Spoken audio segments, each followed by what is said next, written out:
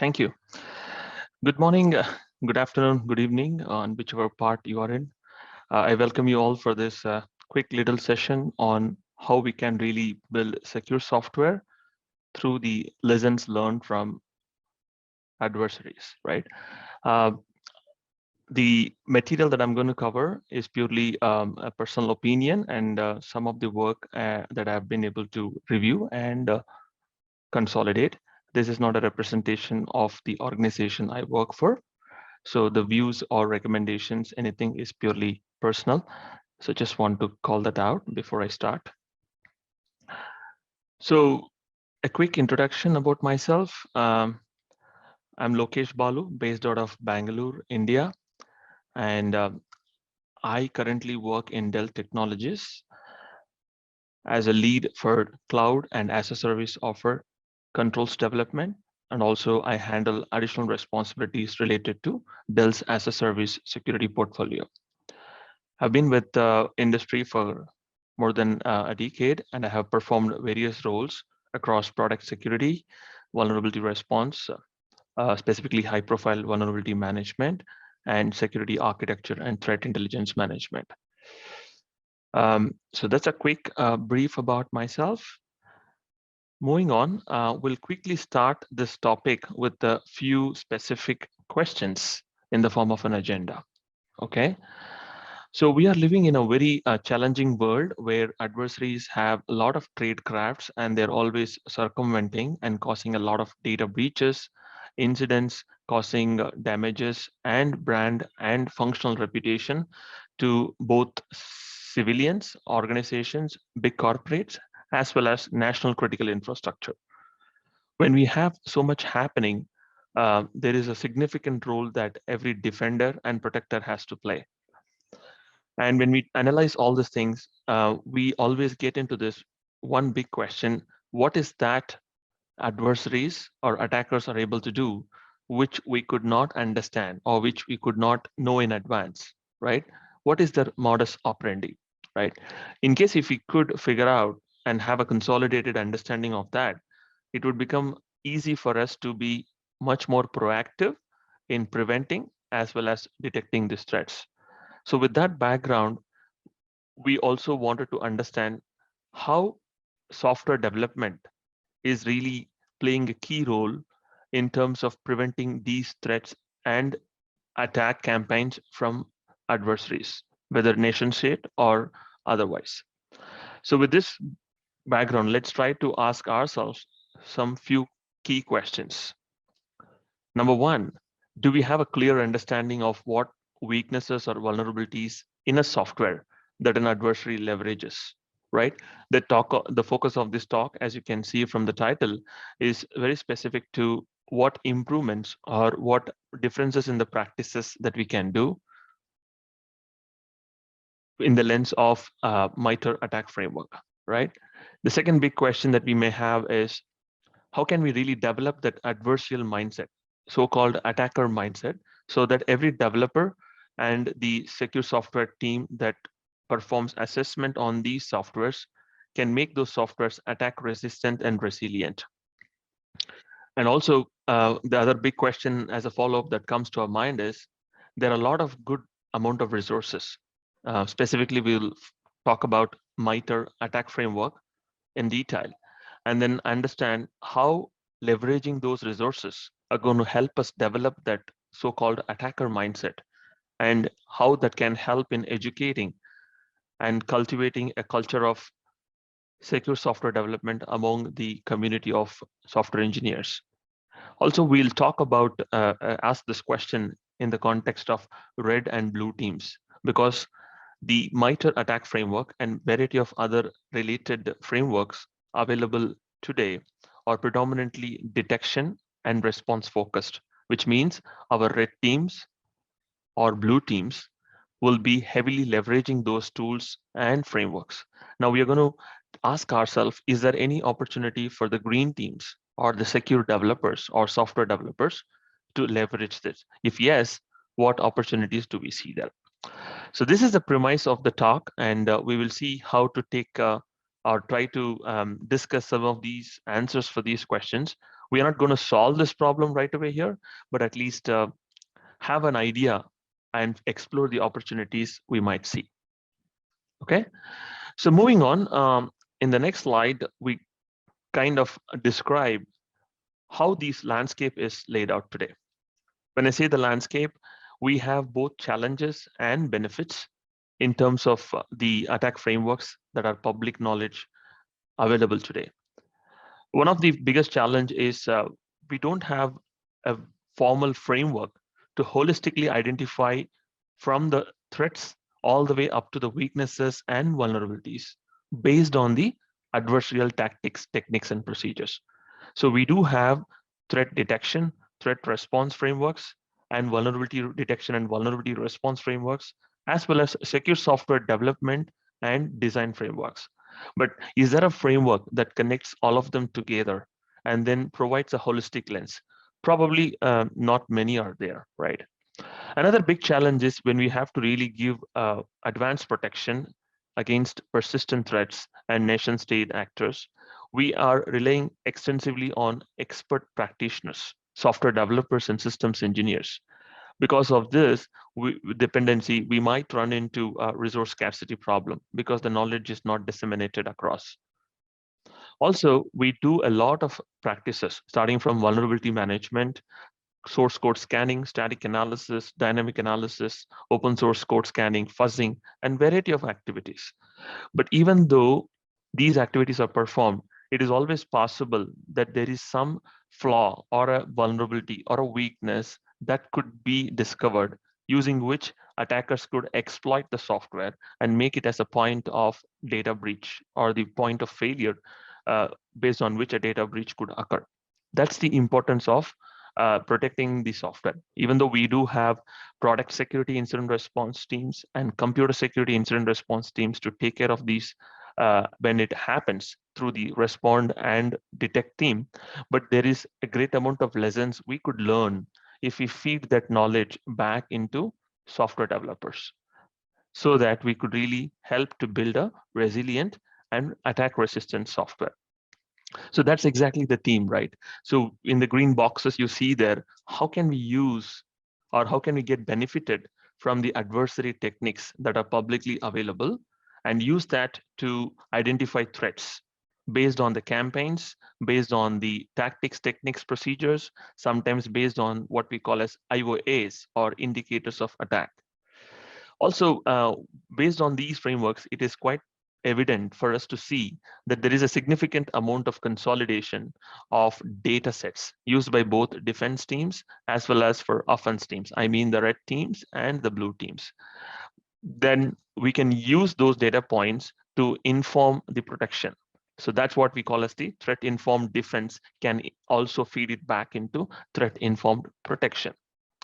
So when we do these set of practices and try to extract this knowledge, right, it is quite possible for us to see how we can enrich our developers and other stakeholders involved to develop the risk-centric mindset. So especially in the context of secure development lifecycle. I'm sure many of us are familiar, secure development lifecycle tries to embed various security best practices throughout the lifecycle of software or system development. If in that aspect or in that process, if we can enrich it with this additional knowledge, then there is possibility and there is some hope for us to develop and be ahead of adversaries and attackers. Moving on, let's try to study some of the statistics and why we think the importance of security incidents in the context of application software or the web software. Some of the research work done by Cynthia Research Institute as well as F5 Labs clearly give some pointers. This research or this survey is based on July 21, 2021 report. We can see very clearly some of the numbers are telling the story very evidently. For example, if you look at the first statistics, it says that 56% of the incidents in the last 5 years were linked to web security or web application security issue, which means any internet-facing application or a software is being used as the first or one of the important point for the attackers to start creating a incident or start attacking and causing a data breach. And if you look at the few other statistics, right, I don't want to go into every one, but I'll pick another one about the third bullet, which says that 12% of threat groups use attack tactic of exploiting public-facing applications. When we say public-facing applications, it could be your e-commerce portals, it could be your national government, national civilian services or utility services portals. It could be critical infrastructure of a nation. Any of these public-facing portals are being exploited using a specific set of tactics from the attack matrix, the MITRE's attack framework, right? And also, I want to emphasize one more about the top 2 exploit of public-facing a web application is the number 1 or the number 2 technique for all sources that report initial access tactics. We'll talk about the attack framework in a minute, but the report says that there is a particular technique called initial access. That is what is the most widely used in case of public-facing application exploits. So all these data points clearly emphasizes the fact that we are really need to focus on web application software and software security in general so that we could reduce the number of incidents and data breaches. So with this, let's also try to step back and understand how we have evolved over the last few years in terms of our defense and protection posture, right? If you look at couple of decades ago, it was predominantly reactive. When we say reactive, when somebody is attacked or some infrastructure or organization or a nation is attacked, we react to that by introducing defenses for that. Then in the last 1 decade or so, we were more into proactive defense, which means we go and look for vulnerabilities and we perform penetration testing and then try to identify the attacks and vulnerabilities as much as possible in the early phase of the software development. So that is a phase of proactive defense.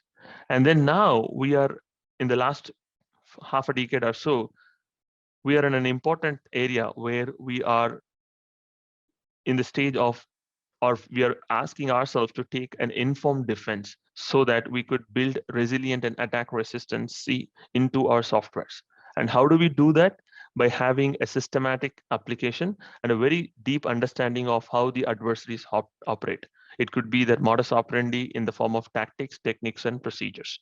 In general, the behavioral observations of each of the campaigns, right? If we do that and feed that knowledge back into our informed defense posture, we could really be ahead of the game in making sure the softwares that we are building is both attack resistant and resilient software. And we have to embed all these practices into the existing secure development lifecycle practice. So we have a robust and comprehensive approach. As we move on, let's take also a little bit of a pause to understand how software security practices work today. One of the most important thing is shift left, which basically means that enabling all the software developers through champion model or through training resources or through providing automated tools and processes so that they are not waiting on central subject matter experts to provide these security capabilities. From the Google's blog, which was recently published, it is very evident, which is a well-known fact, that when we address the security vulnerabilities late in the cycle, it's going to cost us much more than fixing them early in the cycle. But even though we follow the shift left practices and then address these vulnerabilities early in the cycle, we still see a lot of vulnerabilities that could be used by the adversaries to cause damage or to cause data breaches. So how can we really be ahead of the game? So that's where not only shifting left is enough. When we shift left, we also learn it from the right side. When we say right side, basically I'm talking about the set of materials that we may have in terms of vulnerabilities, attack patterns, campaigns, threat actor, modus operandis, tactics, techniques, procedures, behavioral observations, so on and so forth. So all these kinds of right side activities, if it feed it back into the left side, we would see magically a lot of benefits in that process. So this particular conversation or this talk is going to focus on how can we leverage that galaxy of information available there, and thereby we'll get benefit from that entire process. So before we move on, let's try to take an example of threat modeling in the software world, or adversary threat assessment or attack surface assessment in terms of the defense world or in terms of the response world. As you can see from the system, we follow a basic set of steps when you have to model the threats, whether it is for an operational asset or a system, or for a secure software, or for an infrastructure. We basically model it, we find the threats, we find out if the controls exist. If not, introduce the controls and remediate the threats. And finally, verify whether the controls are really serving the purpose. Thereby, we validate the threat model. Of course, there are a lot of nuances involved, but for an abstract and high-level viewpoint, I've just listed down those summary. Now, when we have to do this modeling, both adversaries as well as the threats in the software or system software, right? Systems, we have various approaches. We could probably bucket them into a couple of categories. One, proactive or protection focused, which is what most of the SDL world uses. Some of the examples given there include Stride, popularized by Microsoft. We have also Dread, which is basically a risk scoring mechanism. We have PASTA, Linden, which is a privacy focused method, and attack tree, which is again a tree based approach to drill down the threats in a given software or a system. In the second half of the slide, you see there are detection or response focused models as well. For example, the Lockheed Martin's cyber kill chain and many others expanded further on that after Lockheed Martin announced. We have the attack framework, adversary tactics, techniques, and common knowledge from MITRE. And then we have Veris framework from the vocabulary for event recording and incident handling. Another project called CAPEC from MITRE, and the diamond model, which is normally used for the intrusion analysis. So we have plenty of these models and approaches, both from proactive standpoint and reactive standpoint. And when we have to apply this, there is a sequence of steps that we have to follow as outlined in the bottom of the slide. What are the assets you're protecting? What threats you're going to consider, whether they meet your objectives or not? What are the requirements? What are the risks and what controls, and monitoring those gaps.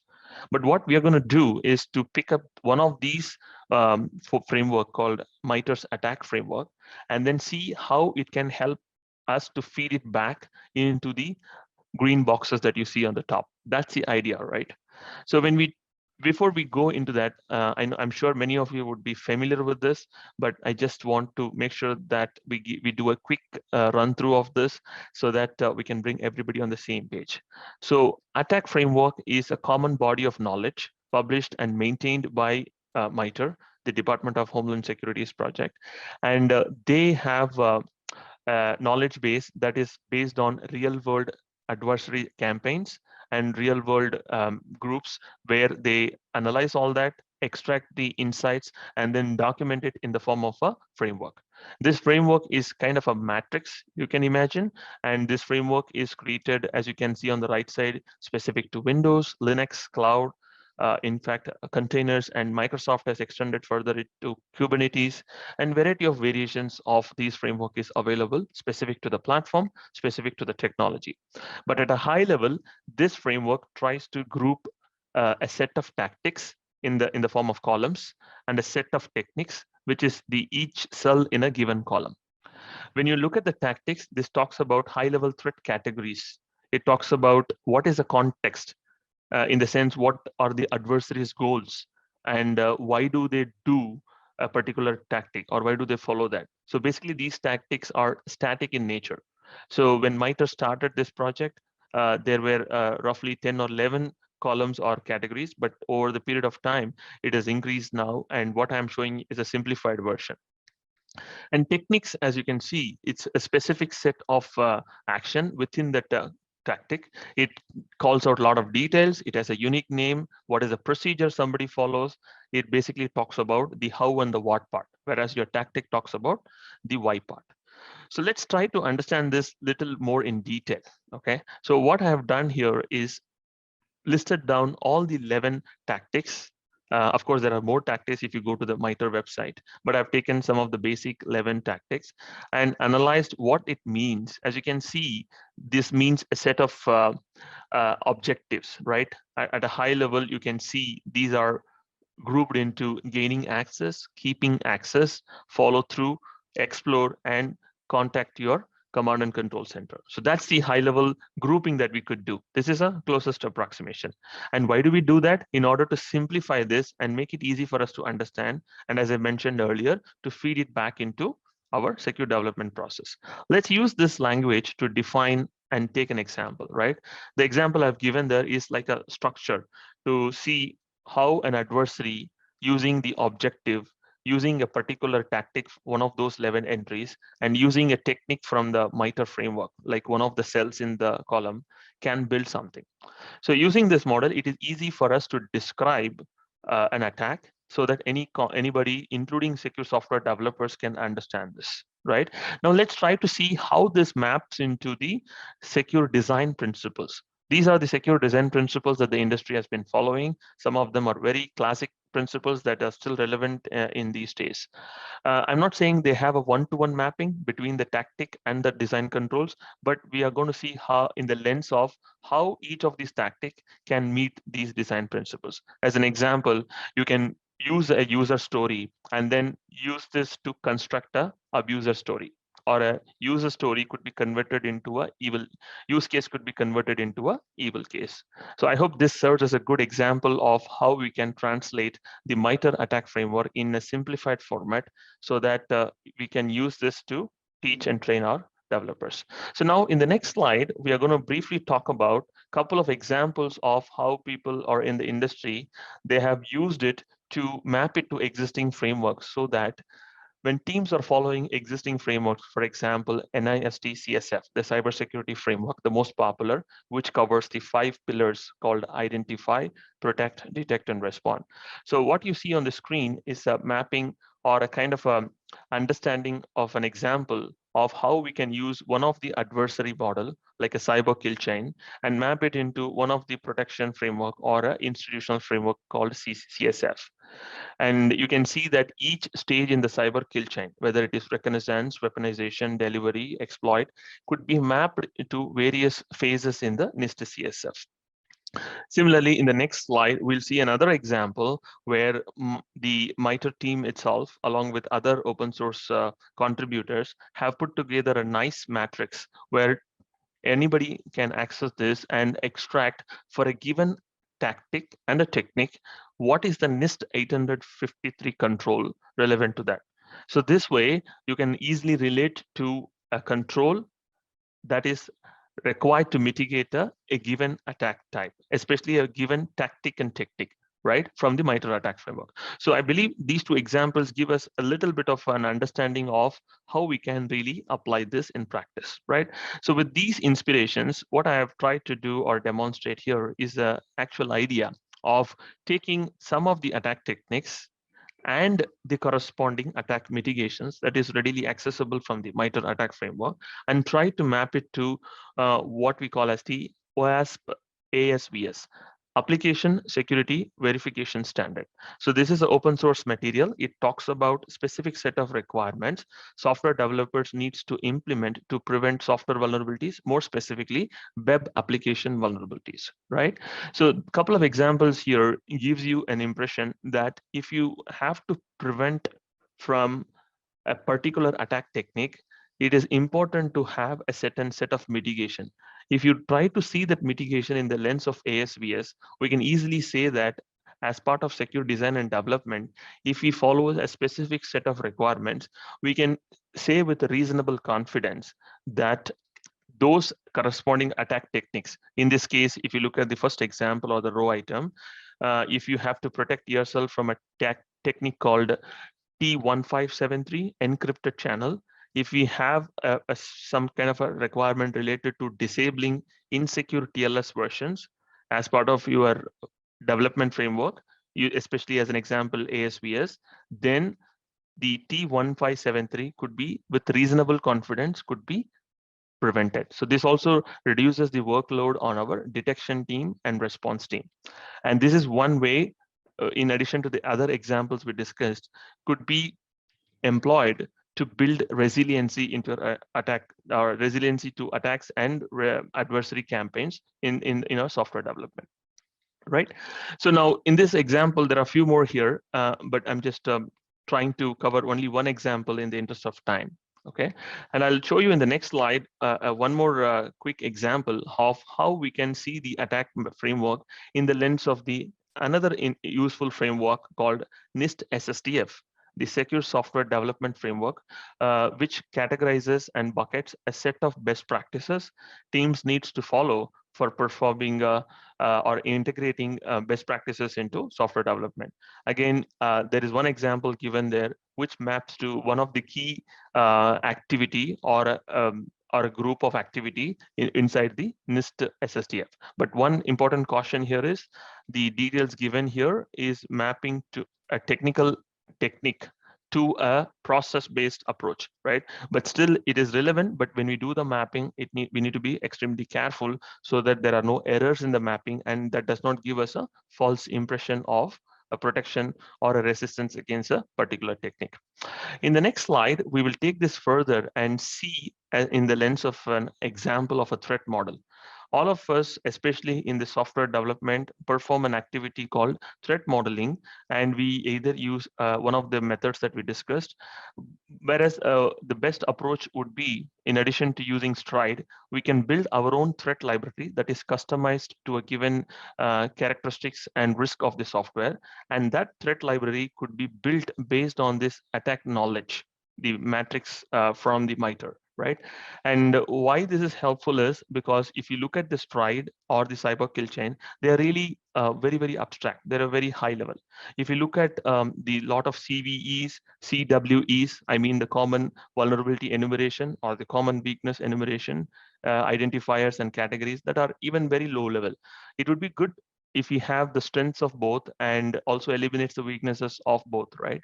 If you have to see it in that lens, the MITRE attack model could be a good candidate for consideration as a mid-level approach, which gives you a insight into performing threat model. So this is probably gives you another perspective of how we can translate this into action. Basically, how we can learn from adversaries and develop the attacker mindset. So now, since we have understood some ideas and some examples, let's see how we can put this into practice, right?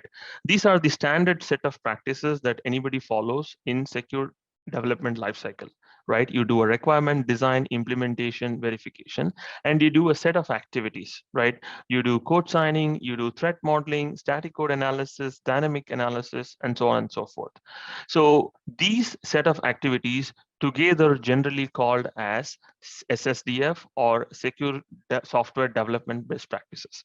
Okay, so now everybody or many of the organizations performs this. Now let's take it to the next level and see how we can use this secure software development practices to integrate that with the attacker knowledge that we have been trying to learn. So you have your framework, and then you have the objectives of your framework, right? This also gives you few more insights, because if you're performing a set of activities that we called out, you will have vulnerability knowledge sources, you will have attack knowledge sources, you will have threat knowledge sources, right? You integrate all that, and then you want to eventually create the resilient software. So like how you have this secure software development framework, using this you perform a set of activities and extract the insights. Similarly, there is our red teams and blue teams performing a lot of response activity and defend activity. They are going to give us a significant insight. Now, if those insights are going to be fed back into this process, we would really be able to achieve a good amount of enrichment on our secure software development practices. So that's the kind of a model we could think of, right? So if you put these things together and embed them, we will really achieve a significant advantage, right? And again, what we have discussed here is a model and a way for us to think through this forward. So before I wrap up, I just want to summarize some of the key takeaways. Number one being when we think about secure development lifecycle, we should also think about the cyber attack lifecycle and see how we can leverage the parallels. We should also look at how trust models and threat models are related to each other. In fact, they are inverse to each other. And we need to have a good sense of a collection of threat-based approaches plus compliance and vulnerability-based approaches, and not just one of these silos. I would like to really conclude this with a legendary quote from Sun Tzu from the book called The Art of War, where he claims that the supreme art of war is to subdue the enemy without fighting. I believe all the techniques and observations we discussed will give you enough inspiration to explore this further and develop that capability. I thank you everybody for your patient listening, and I can take some questions if there are any.